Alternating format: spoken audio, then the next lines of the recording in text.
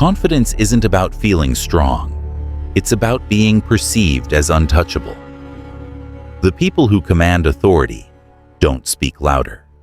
They speak less. They don't chase respect. They shape the conditions under which respect becomes inevitable. Most people misunderstand confidence at a dangerous level. They believe confidence is internal, a feeling, a mindset, a belief in oneself.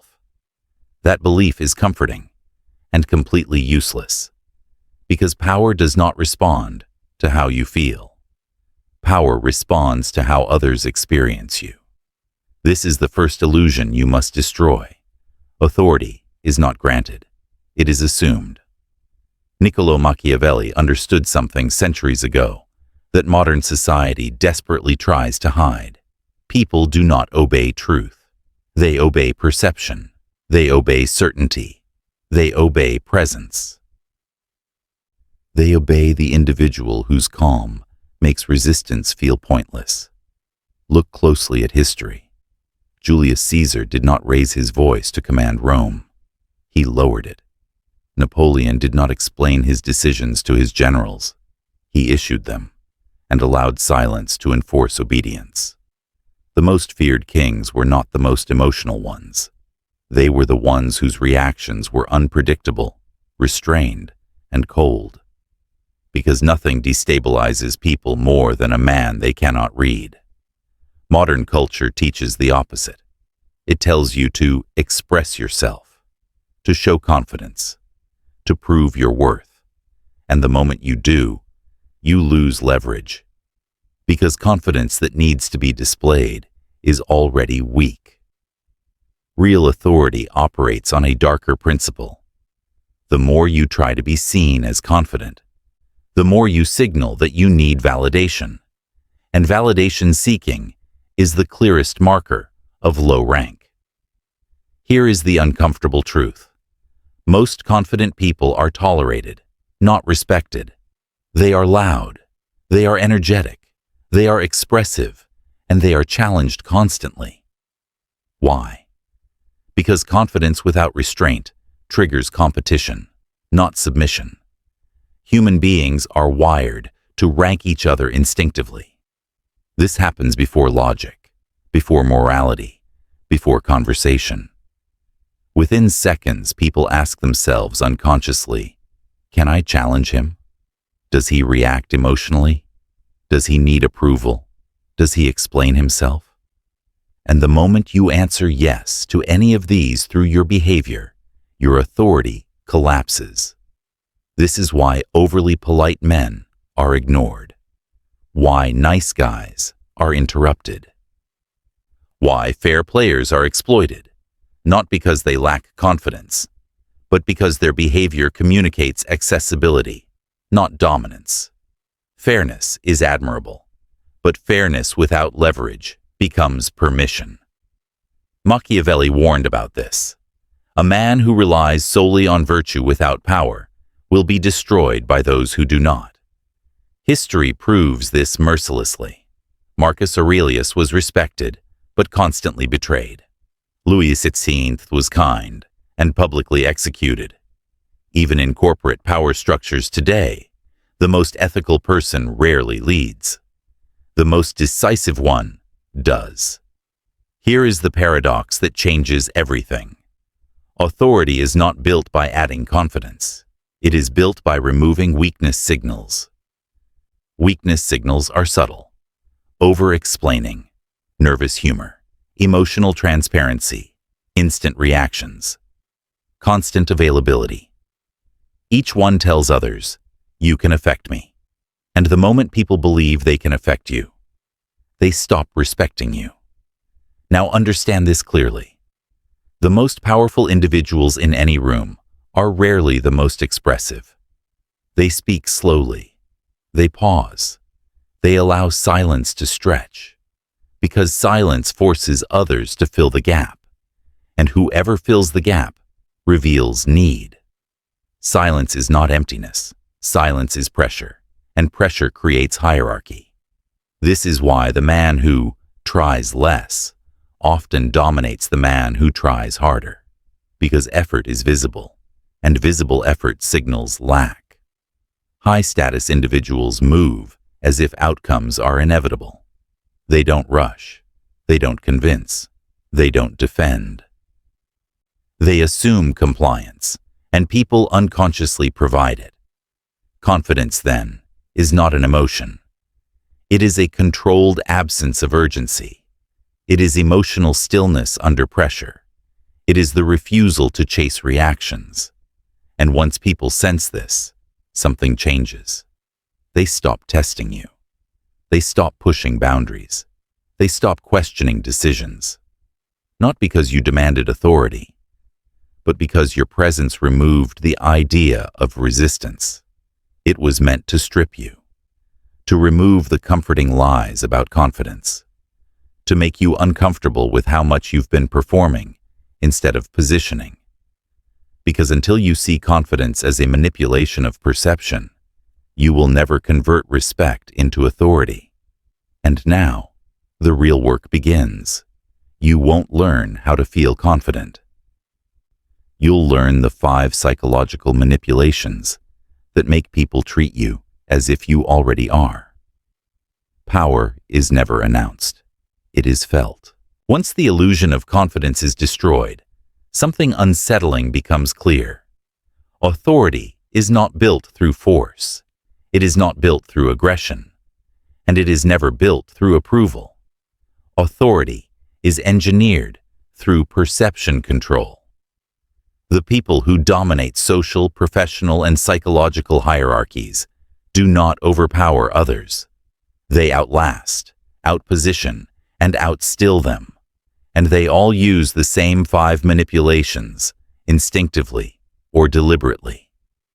The first manipulation is silence, but not the silence of fear, the silence of emotional withholding. Most people leak emotion constantly. Their face reacts, their voice changes, their body reveals agreement, discomfort, excitement, or insecurity. And every emotional leak gives others information. Powerful individuals do the opposite. They receive information, but they do not immediately return it. This creates asymmetry, because the person who reacts first surrenders control of the interaction. History understood this long before psychology named it. When Bismarck negotiated treaties, he allowed long pauses after demands.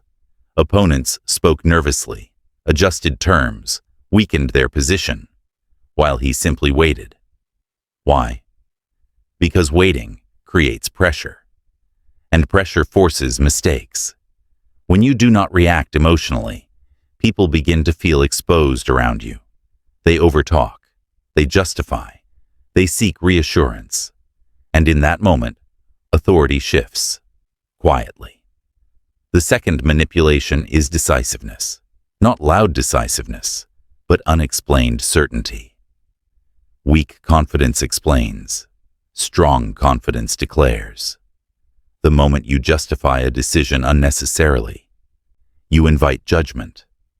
This is why judges do not debate rulings. This is why military commanders do not crowd decisions with emotions. They state. They move on. Machiavelli wrote that indecision breeds contempt, but what he implied was darker. Explanations reveal doubt. When you explain too much, you signal that approval matters. And when approval matters, authority collapses. Decisive framing works because the human mind follows certainty automatically. People assume, if he's not worried about convincing us, he must already be right. The third manipulation is scarcity, specifically scarcity of access. Availability feels kind, but psychologically, availability communicates replaceability. The most respected individuals are not the most responsive ones. They are the ones whose attention feels earned. Kings did not meet everyone. CEOs do not answer every message. High-status individuals are selective, not because they are cruel, but because scarcity elevates value. When people cannot reach you easily, They assign weight to your presence. When you are always reachable, you are always interruptible, and what can be interrupted cannot command authority. This is why emotionally available men are often emotionally disregarded. Power requires distance. The fourth manipulation is control of time and space. Watch powerful individuals carefully. They arrive unhurried.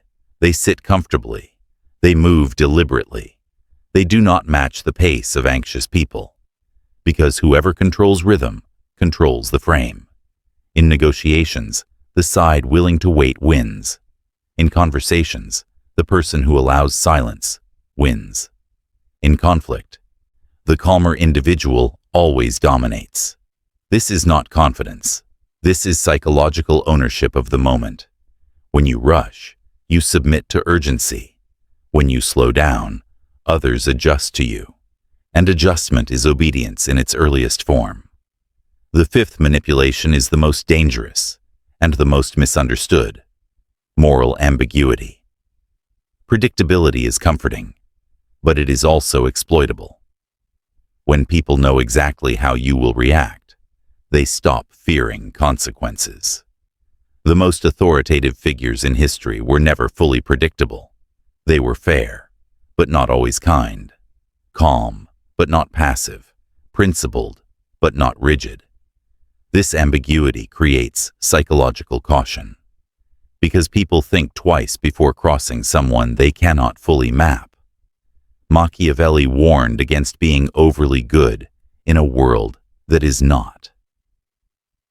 Not because goodness is wrong, but because rigid morality invites manipulation. Authority requires flexibility. Notice what these 5 manipulations share. None involve dominance displays. None involve aggression. None involve intimidation. They work because they remove access, remove predictability, and remove emotional transparency. And when those are gone, people behave differently around you.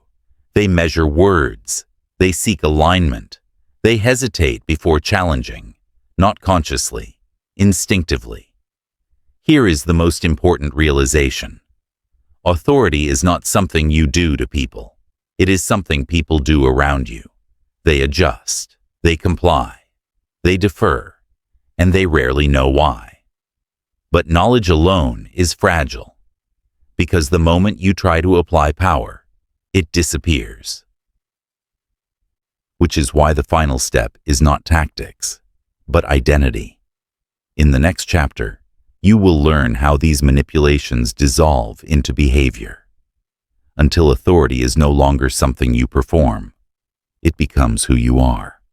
And once authority becomes identity, it can never be taken from you. You now understand the illusions of confidence. You now know the manipulations that subtly turn respect into obedience. But knowledge alone is worthless, because the moment you perform these tactics consciously, they are fragile. They crumble under pressure. They vanish when someone tests you. True authority is not performed. It is embodied. The first step is to kill the approval-seeking self. Every human craves validation. Every human seeks approval. Every human wants to be liked. These are the chains that keep men weak. The weak crave attention. The strong command it without asking. Approval-seeking is the ultimate vulnerability. It signals that you can be manipulated, persuaded, or destabilized. To become authoritative, you must detach from the need to be accepted. Marcus Aurelius did not seek the love of the Senate. Catherine de' Medici did not beg the loyalty of courtiers. They acted with certainty, and the world bent around their presence. The second step is embodying silent authority. Observe the powerful.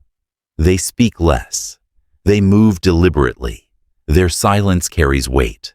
Their words, when they arrive, are decisive. Silent authority creates expectation, because when you speak sparingly, people lean in. When you pause deliberately, others reveal themselves. When you decide without explanation, the room bends to the inevitability of your presence. Napoleon did not justify his strategy to generals. He declared it, and the army executed. The essence of silent authority is pressure without aggression, presence without noise, dominance without force. The third step is to develop psychological immunity. Criticism, doubt, and opposition are inevitable.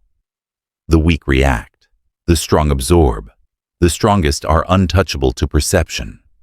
Do not argue, do not defend, do not explain. Every external judgment is an invitation to relinquish control. Ignore it. Let it slide. Your inner calm becomes the gravity around which others orbit. Historical examples are everywhere. Abraham Lincoln endured political attacks and personal tragedy with composure.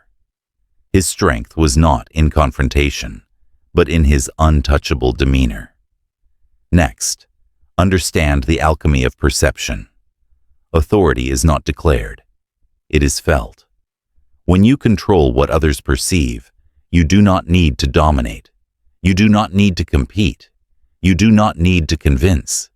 Your presence alone suffices. This is why high-status men and women often feel effortless. It is not because they are stronger or smarter. It is because they have internalized the manipulations so deeply that authority is their default state. Finally, become the law unto yourself. The world respects only one type of certainty, the certainty that is independent, the certainty that cannot be negotiated, bought, or questioned. When you own your identity, all previous manipulations dissolve into habit. Every pause, every selective silence, every controlled reaction becomes instinctual. No one tests you. No one challenges you. Resistance feels pointless. The journey is complete when authority ceases to be a strategy. It becomes your natural aura. You are no longer a man trying to be respected. You are the measure of respect itself. And the truth is ruthless. Once authority becomes identity, it cannot be revoked. Once respect becomes inevitable, it cannot be negotiated. Once confidence is embodied, it becomes untouchable. This is the final law of power. Power is not demanded. Power is not performed. Power is felt. And when it is felt, it is absolute.